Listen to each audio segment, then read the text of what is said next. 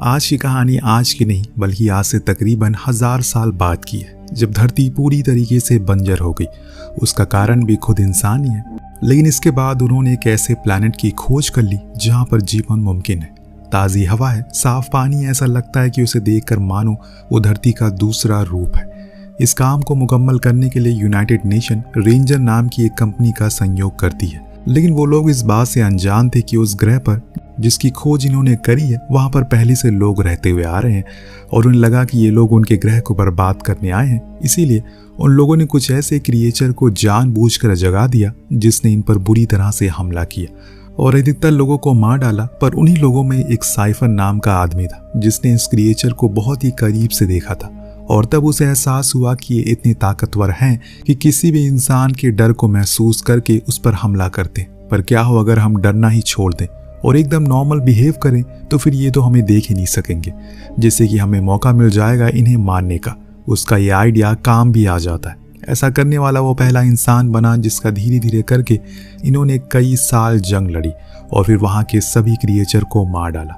Cipher leader बन गया और खुद के जैसे हजारों रेंजर को भी तैयार करने लगा, जिन्होंने धीरे धीरे करके उस पूरे प्लैनेट पर कब्जा कर लिया। अब आ जाते हैं असल कहानी पर, जिसकी शुरुआत में हम कुछ रेंजर को प्रैक्टिस करते हुए देखते हैं, जिसमें एक कतई नाम का रेंजर सबसे आगे निकल जाता है। दरअसल ये लीडर साइफर का बेटा है, पर कतई इन क्रिएचर से बहुत नफरत करता है, जिसकी वजह है उसकी बहन, जिसकी जंग के दौरान बहुत ही बेरहमी से मौत हो गई और उसी का बदला अब वो लेगा। लेकिन जब उसका रिजल्ट आया तो उसे बताया गया कि वो सभी टेस्ट में पास है, बस कॉम्बैट फाइट में फेल हो गया। उसे और मेहनत करनी होगी और ये सुन कतई निराश हो गया और जनरल का इस फैसले का विरोध किया, लेकिन उन्होंने जो फैसला कर दिया वही अंतिम निर्णय है। इस दौरान हम साइफर को देखते हैं जो अपनी पत्नी के साथ कुछ समय बिता रहा है, क्योंकि आज वो कई दिन बाद एक मिशन से वापस लौटा है। रात में डिनर के समय साइफर ने कतई से उसके रिजल्ट के बारे में पूछा तो उसने सब कुछ बता दिया, जो सुन साइफर काफी निराश होता है। दरअसल उसने कभी भी उसे अपना बेटा नहीं माना, वो हमेशा उसे एक रेंजर के तौर पर देखता है, जो चीज़ कभी कभी कतई को तकलीफ भी देती है, क्योंकि उसे ऐसे समय पर तो अपने पिता का सहारा चाहिए था। इस चीज़ को उसकी माँ क्लारा समझती है, इसीलिए उसने साइफर से बात की और कहा कि वो हमेशा अपनी बहन की मौत का जिम्मेदार खुद को मानता है, इसीलिए वो हमेशा खुद को प्रूव करने में लगा रहता है। अगर तुम उसे अपने साथ एक मिशन पर लेकर जाओ तो वहाँ की चीज़ों को समझ सकेगा वो, और ये भी जान सकेगा कि आखिर ऐसे मिशन पर होता क्या है। साइफर को उसकी बात सही लगती है और इसीलिए वो आने वाले एक मिशन के लिए पहली बार खुद को तैयार करता है। और जाने से पहले वो लोग कुछ रेंजर से मिलते हैं, जिसमें एक रेंजर ने खुद का पैर जंग में गंवा दिया, पर वो साइफर को खड़े होकर सल्यूट करता है और कहता है कि अगर वो उस दिन उसकी जान नहीं बचाते तो शायद वो आज उनके सामने जिंदा ही ना होता। पीछे खड़ा कतई अपने पिता के बारे में ऐसी बातों को सुनकर थोड़ा भावुक हो जाता, क्योंकि उसने हमेशा उन्हें गलत समझा, पर वो अपनी रेंजर की बहुत ही इज्जत करते, उनकी रेस्पेक्ट करते। इस दौरान उसकी नज़र एक और चीज़ पर पड़ती है। दरअसल कुछ लोग एक क्रिएचर को उसी स्पेसशिप पर लूट कर रहे हैं, क्योंकि वहाँ जाकर वो उस पर कुछ एक्सपेरिमेंट करना चाहते हैं। इसके बाद ये लोग उड़ान भरते हैं, जिस दौरान हम वहाँ की दुनिया को देख पाते, जो कि उन लोगों ने बनाई थी। यहाँ ये सभी रेंजर और उनकी फैमिली रहा करती थी। अब आसमान में जाने के बाद साइफर कतई से कहता है, अब तुम आराम कर लो क्योंकि सभी लोग सो गए। लेकिन कतई को नींद नहीं आ रही थी, उसके अंदर कोई बेचैनी थी। दरअसल उसे वही क्रिएचर को करीब से देखना था, इसीलिए वो बिना किसी को बताए वहां पर जाता है। लेकिन जब वो उसके करीब गया तो उसने उसके डर को भांप लिया, पर सही मौके पर एक आदमी ने आकर उसे पीछे किया और कहा कि तुम यहाँ क्यों आए हो? बाहर लिखा है ना किसी का भी आना यहाँ पर मना है। वह इतने में हम बाहर साइफर को देखते हैं जिसको कुछ ठीक नहीं लग रहा, इसीलिए वो सीधा पायलट के पास गया, उससे पूछा कि क्या आसपास कुछ है। तो उन्होंने अपने सेंसर में देखा तो एहसास हुआ कि ये अभी एक विशाल बवंडर में है, जिसके चारों ओर ढेर सारे मेटेरॉइड्स हैं, जो कि अब इनकी स्पेसशिप से एक एक करके टकराना शुरू हो गए हैं, जिसके चक्कर में इनके प्लेन को काफ़ी नुकसान भी हो रहा है। अगर कुछ देर ऐसे ही चलता रहा तो इनका प्लेन तबाह हो जाएगा, और इसीलिए उसने ऑर्डर दिया कि प्लेन को वॉर होल में एंटर कर दो। लेकिन ऐसा करना गैर कानूनी है, लेकिन अभी इनके पास कोई ऑप्शन नहीं, तो इन्होंने उस चीज़ को चुना और उस जगह से बाहर आ गए। पर इनके सामने एक ऐसा प्लैनेट है जो कि सालों पहले बर्बाद हो चुका है, पर अब वो ठीक हो गया है, लेकिन वहाँ किसी भी इंसान का सर्वाइव कर पाना हद से ज़्यादा मुश्किल है। और इस प्लैनेट का नाम है पृथ्वी। जैसे कि इनका प्लेन पृथ्वी के करीब जाता है, वहाँ एक वातावरण के कारण वो टुकड़ों में बिखरना शुरू हो जाते और किसी को कुछ समझ नहीं आ रहा है कि वो क्या करे। इतने सालों बाद धरती पर इंसान फिर से कदम रखने जा रहा है, पर उससे पहले कई लोग मारे गए क्योंकि इनका प्लान क्रैश हो गया। जंगलों में जहाँ पर कतई की आंख खुली तो उसने महसूस किया अब कुछ भी पहले जैसा नहीं रहा। उसके चारों ओर बस लाशें ही लाशें बिखरी है, जिसको लांग कर वो उस क्रिएचर के पास गया क्योंकि उसे लगा कि वो मर चुका होगा, पर वो अभी भी जिंदा था। तभी उसे अपने पिता की आवाज आई जो बुरी हालत में गिरे पड़े। उनकी दोनों टांगे टूट गई हैं, पर जब वो कतई को सही सलामत देखते हैं तो उनकी जान में जान आती।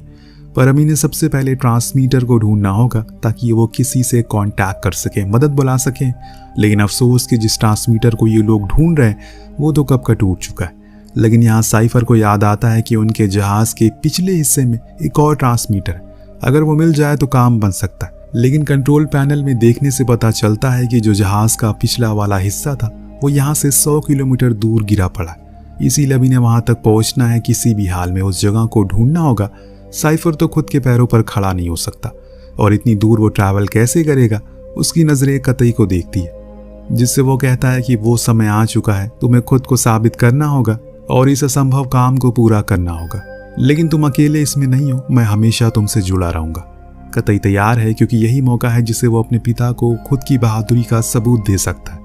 पर साइफर उसे समझाता है कि ये वो धरती नहीं रही जो पहले हुआ करती थी, तुम्हें हर कदम फूंक कर रखना होगा।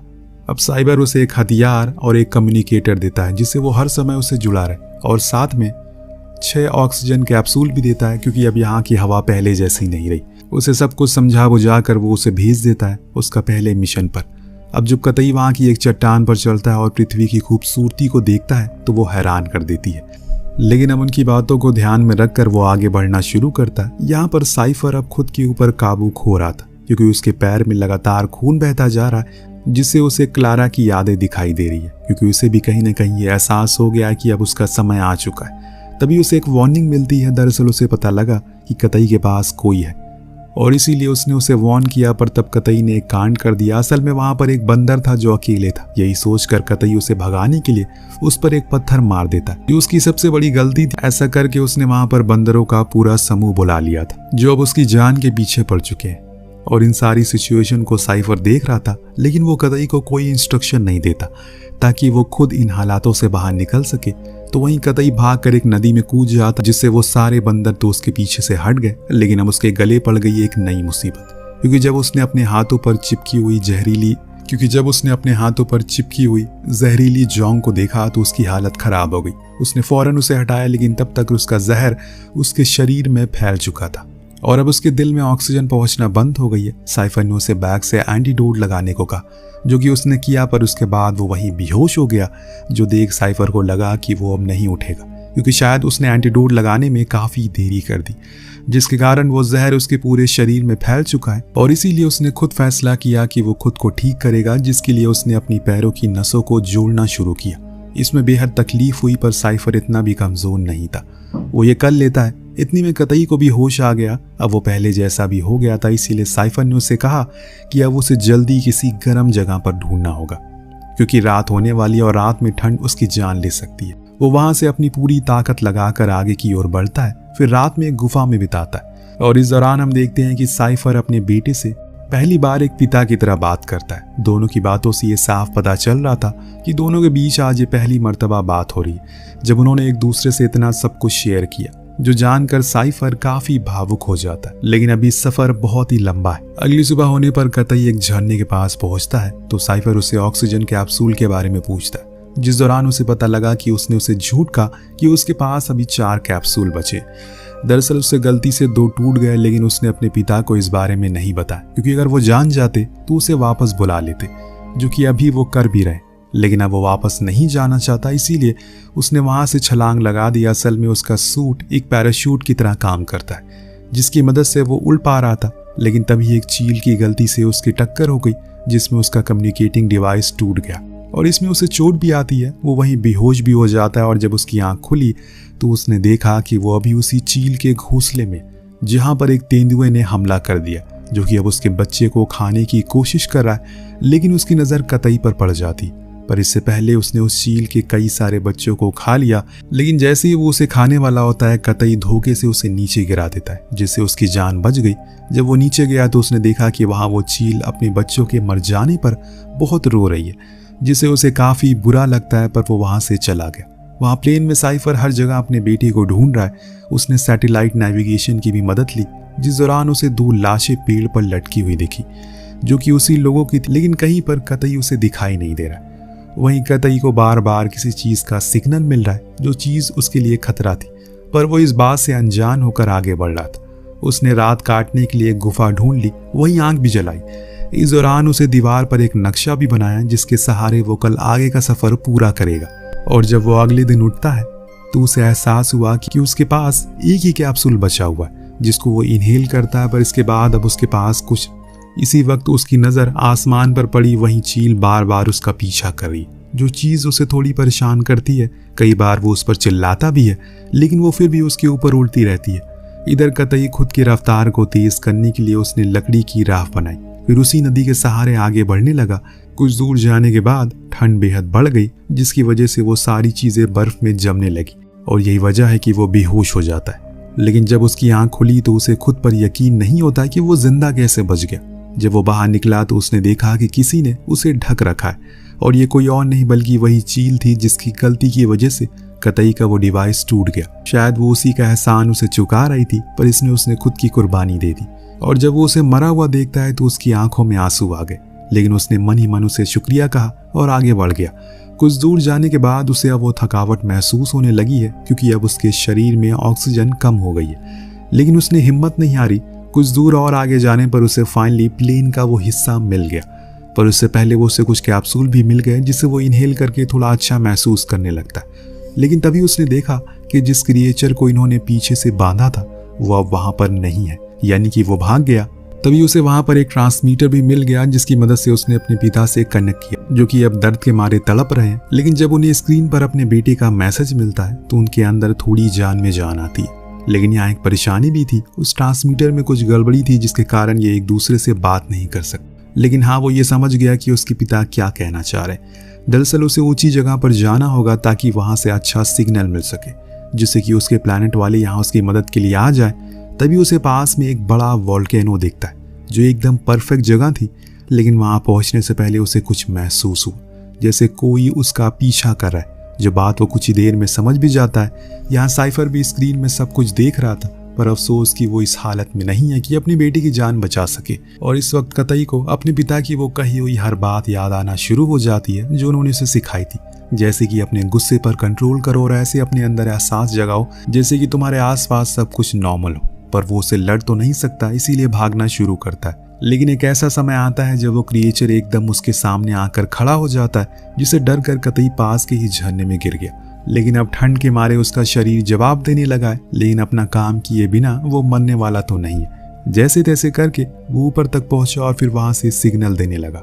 लेकिन तभी उस क्रिएचर ने उसे देख लिया और उस पर हमला कर दिया, जिसमें वो बुरी तरह से घायल हो गया। अब उसके अंदर जान नहीं बची, पर उसके आखिरी समय में भी वो अपने पिता की बातों को याद, जो उन्होंने उस दिन बताई थी कि डर सिर्फ इंसान के लिए उसकी एक कमजोरी है। इसीलिए अगर तुम्हें मजबूत बनना है तो अपने डर को काबू करना होगा। और इतने में वो क्रिएचर दोबारा उसके पास आता है, उसे मारने के लिए, पूरा खत्म करने के लिए। लेकिन इस बार ही उसने उसके ऊपर कोई भी वार नहीं किया, क्योंकि वो उसे अब दिखाई नहीं दे रहा है। जी हाँ दोस्तों, वो भी अपने पिता की तरह बन चुका है। उसने अपने डर को काबू कर लिया है और अब उसने उस क्रिएचर के ऊपर वार किया, जिससे कि उसे जड़ से खत्म कर डाला। फिर अपने प्लैनेट पर सिग्नल भेजा, जिससे कुछ घंटे के बाद वो लोग उसे रेस्क्यू करने के लिए आ जाते। पर कतई को सिर्फ अपने पिता की फिक्र थी। वो फौरन उनसे मिलने के लिए गया, जिसकी सांसें अभी भी चल रही थी। जो देख उसने उन्हें गले से लगा लिया। साइफर को अब अपने बेटे पर गर्व। उसने इतना सब कुछ अकेले कर लिया और वो सभी पृथ्वी को छोड़कर अपने प्लैनेट पर चले गए। इसी के साथ ये कहानी भी यही खत्म हो जाती।